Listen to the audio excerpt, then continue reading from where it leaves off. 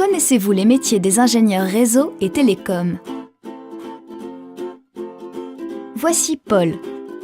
Il vient juste de terminer ses études d'ingénieur option réseau et télécom, n'est-ce pas? Mais sait-il vraiment ce qu'il va faire maintenant? Oui? Donc il va pouvoir nous expliquer tous les métiers qu'il peut faire? Oui. Donc faisons un petit point là-dessus. D'abord, l'ingénieur réseau. Chez un client final, il s'occupe de l'exploitation des réseaux existants. Il contrôle le bon fonctionnement, la sécurité et les conditions d'accès du réseau, par exemple.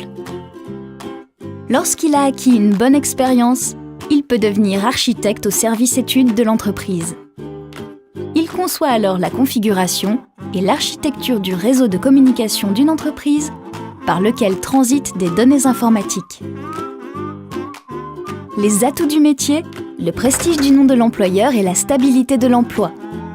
Mais attention, on peut vite faire le tour et s'ennuyer.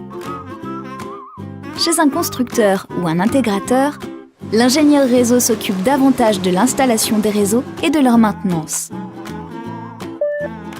Les atouts du métier, la variété des environnements et une formation technique riche. Mais attention, le travail peut être répétitif car on installe toujours les mêmes produits. Le métier d'avant-vente. Chez un intégrateur, l'avant-vente s'occupe de concevoir et de rédiger la partie technique des offres commerciales. Il est un appui technique indispensable pour aider les commerciaux lors de la négociation des contrats. Les atouts du métier, c'est un poste qui est valorisé et il permet un accès privilégié aux technologies des constructeurs. Mais attention, il est difficile d'évoluer vers des postes non commerciaux. Ensuite, le chef de projet. Le chef de projet met en œuvre et coordonne les moyens humains nécessaires pour déployer les architectures définies par les ingénieurs réseau ou les avant-ventes.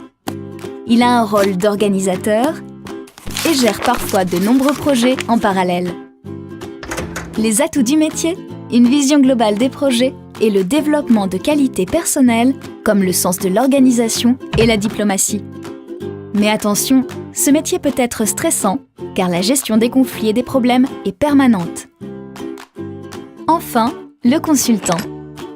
Principalement en SS2I, le consultant est un expert qui réalise des diagnostics, recherche et propose des solutions pour améliorer le fonctionnement du réseau informatique d'une entreprise.